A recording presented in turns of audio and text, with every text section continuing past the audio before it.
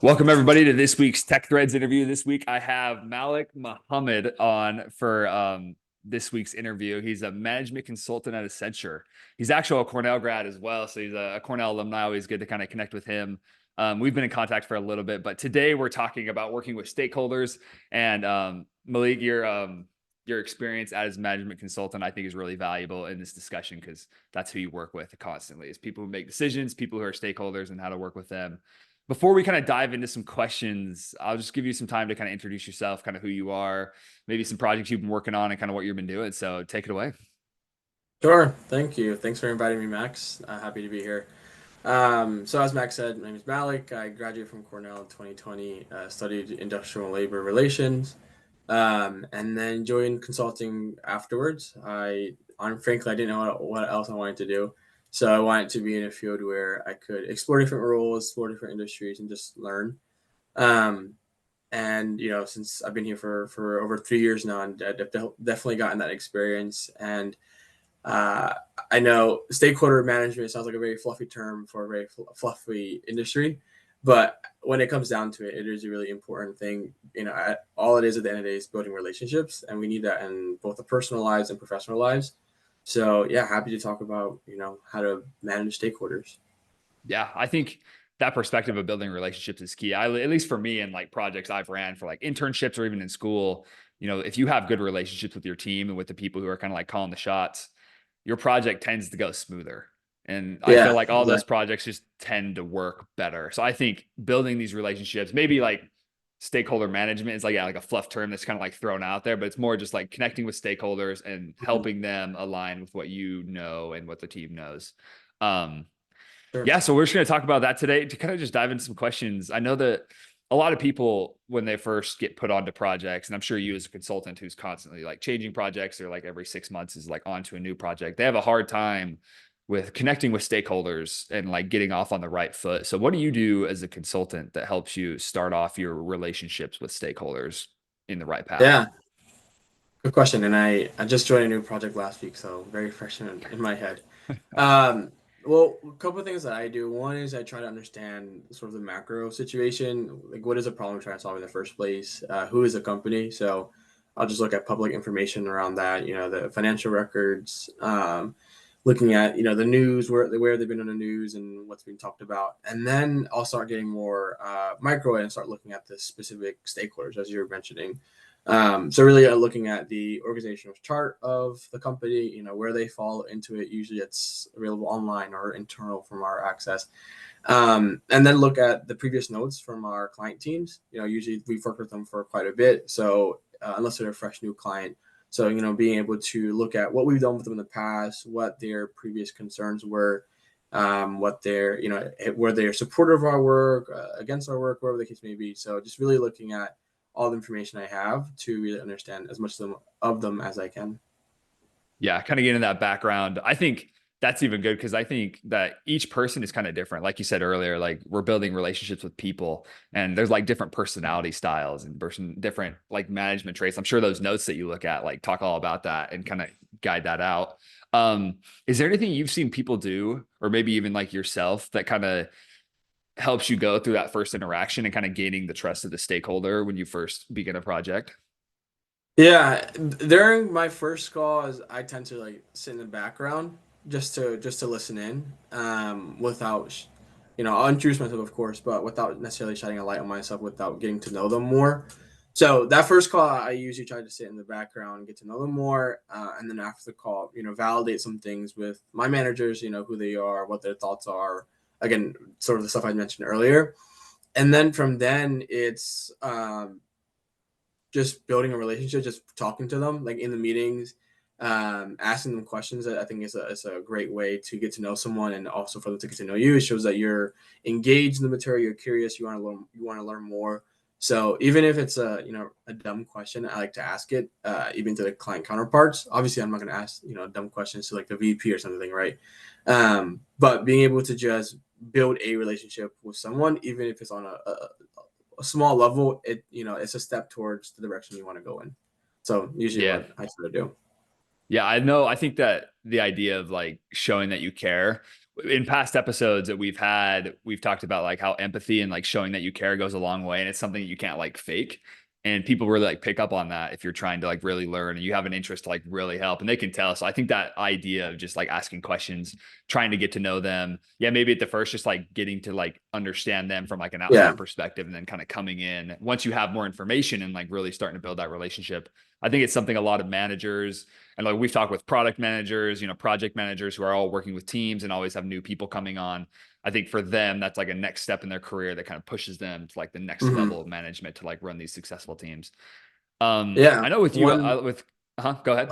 I'll just say like one building off of that, like it sounds like a fluff term, but we use the term co-creation here at Accenture.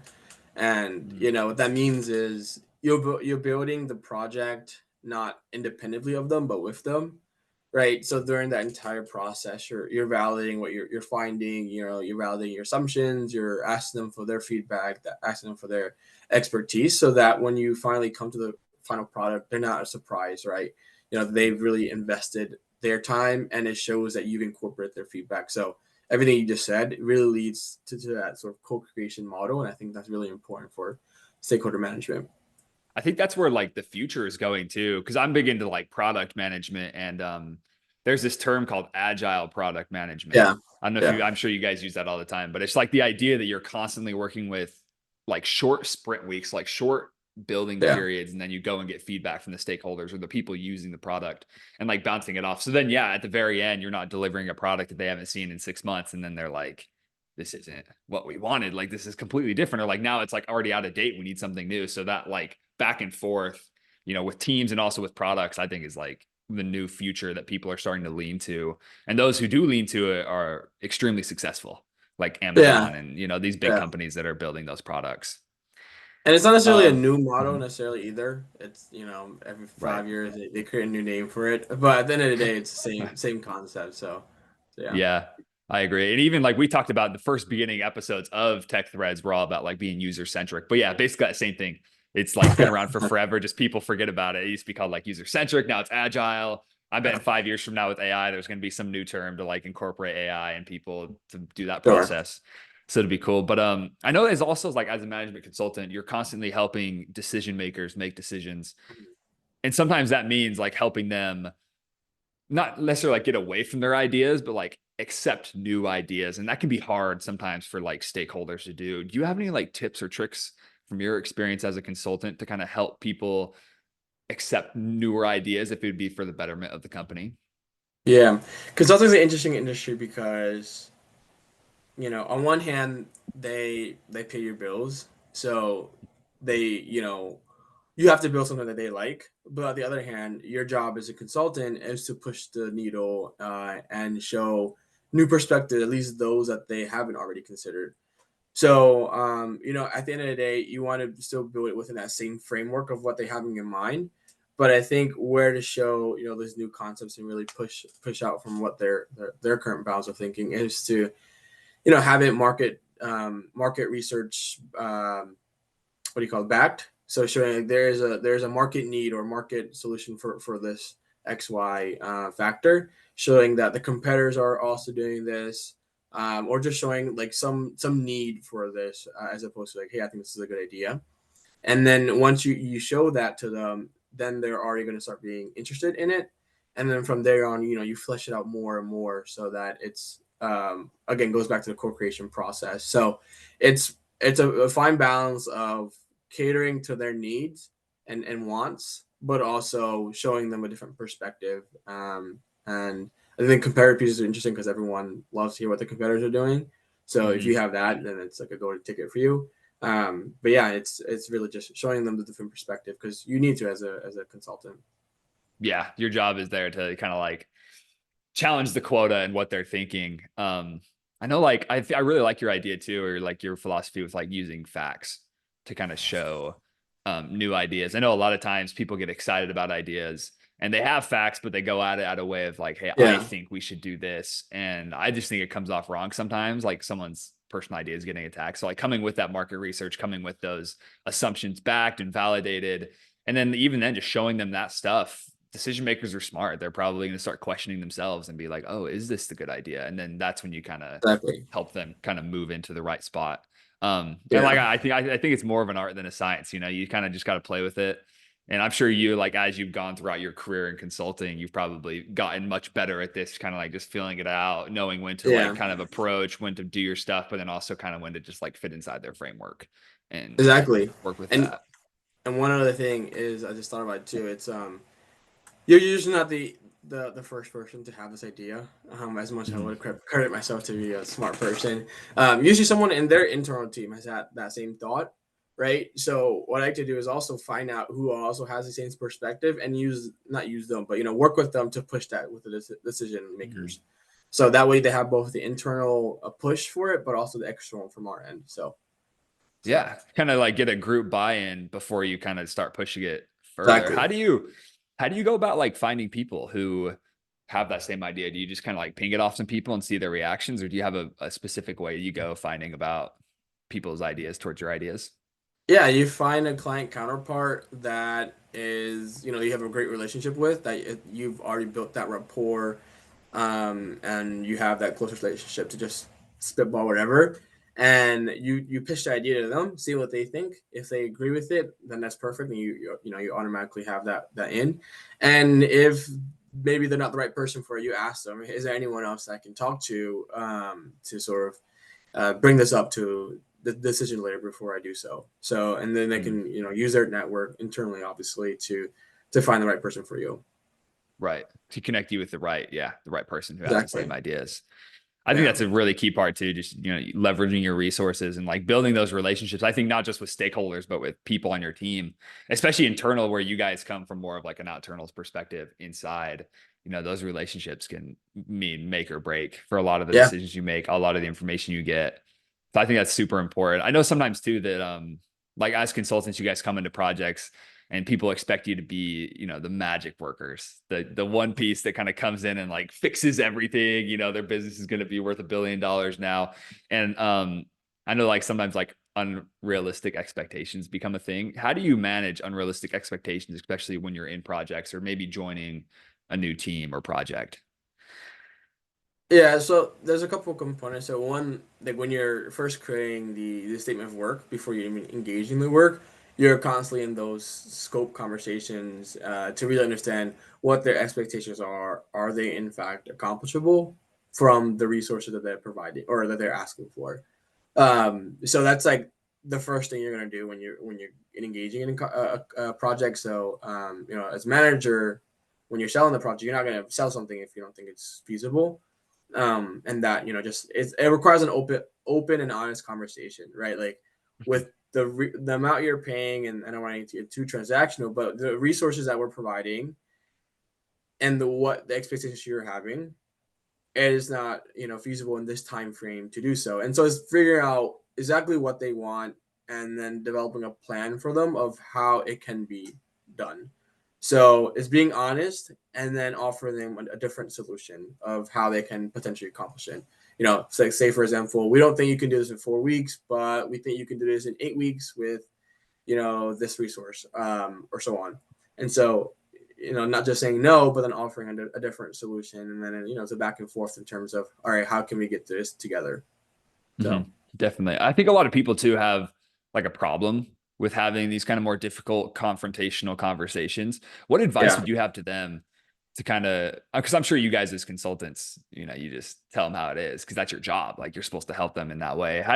What advice would you have for somebody who might have a hard time having those types of conversations to better yeah. bring up and have these difficult, challenging, controversial, not controversial, like confrontational conversations?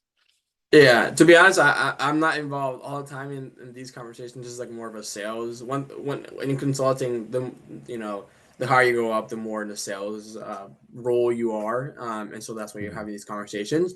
But in my role, it's with the direct client counterparts, and if this is like post the contract being signed, we're already working on a project, and they're asking for something. To your point, it's unrealistic. It's not even in the contract in the first place.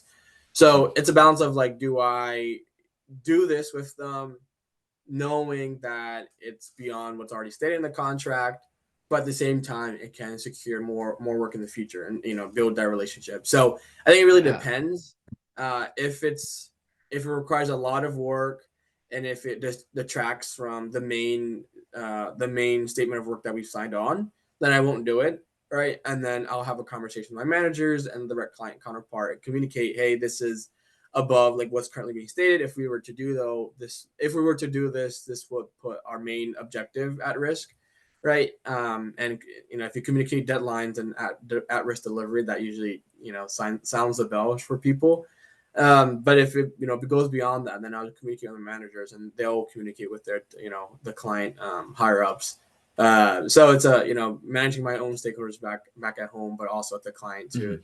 I usually try to resolve it with them directly first, right? Because no one likes to go above the supervisors. But if it goes to that point, then unfortunately it has to go there. And I think you can still build a relationship, by the way, even if you go above the supervisors. Um, but I think being honest and upfront is definitely the key. Yeah, I think that line that you talked about where it's like you want to go above and beyond to kind of show you like have value and like yeah, provide more work in the future. But then again, you doing that might jeopardize the actual production date or like the Exactly. actual delivery date. I think that's a really fine line that I think a lot of people in like a lot of industries have trying to like figure out where to like allocate time, kind of how to manage that above and beyond versus, delivering exactly what was needed and, nothing more, nothing less. Yeah. Um, And and I was, and on that, sorry, before we move on to the next point, I was just thinking that applies to every level of working. Mhm, When you're working with your manager, and I realized earlier on is when you're being assigned a project. I think it's probably more true, especially for like an analyst or uh, entry level associate. But when you're being assigned work from your manager, and I don't mean like client counterparts, I mean your direct manager, right? You want to be a go-getter and you want to be mhm, enthusiastic. You're very green. You want to show your colors, all that stuff like that. Uh, I think it requires also self-assessment as well. Do you have the capabilities to do so? And if you're to do this, would it put your main task at jeopardy? So one of the things I was told very early on is to figure that out for yourself and then communicate that directly to your manager. And that's helped me tremendously, both with like it shows to my manager that I'm both like planning ahead, right? I'm thinking about my capabilities, I'm planning ahead, and it shows that I'm sort of reflective of my own capacity and that I can communicate doing so. Because a lot of times when you're an analyst, you're just a yes mhm. man or a yes woman. So being able to say no, but also like within reason and back it up, like this hinders project this delivery. That shows a lot of sort of maturity from a growth perspective.